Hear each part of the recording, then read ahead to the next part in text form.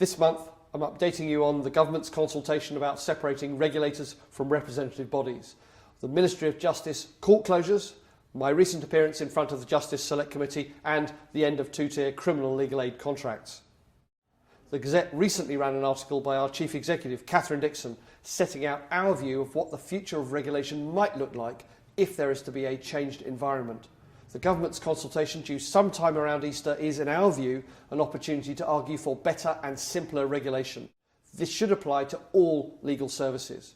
Many legal services are not regulated, which means that consumers may not be protected if they're carried out by unregulated providers, for example, will writers or Mackenzie Friends. Regulation should be about the minimum regulatory rules that apply to everybody providing legal services. That would protect consumers regardless of whether or not they use a solicitor. But the profession's standards of behaviour, of conduct and of ethics should be the responsibility of our profession. We are uniquely placed to set them. Another key problem we face is that the term lawyer can be confusing to the public. We think giving the title of lawyer statutory protection would address that point.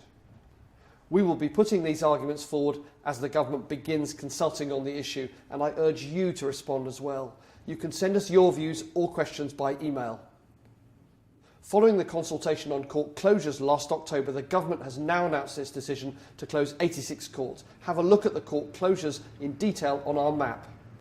Our focus now turns to the 22 of those closures, where the government is looking in more detail at where the work will transfer and what other arrangements can be made to ensure access to justice for vulnerable clients.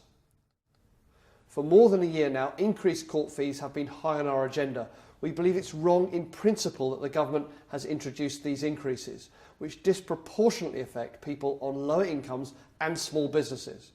Recently, I appeared as a witness in front of the Justice Select Committee on the impact of court fees and the proposals to increase them further. You can watch me making key points and the committee's reaction in full evidence session available on our website.